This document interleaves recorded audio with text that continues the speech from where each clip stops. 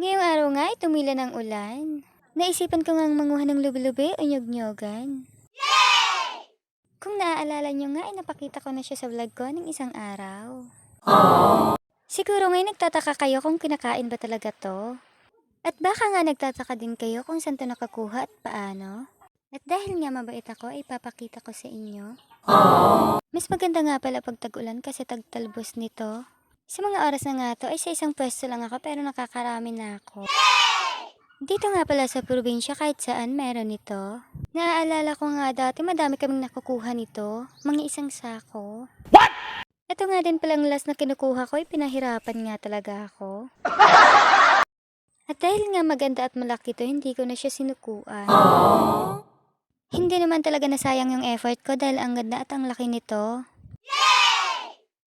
At sa mga oras na nga to ay madami na nga ang nakuha ko. Naisipan ko na nga rin umuwi at baka bumuhos na naman ang ulan.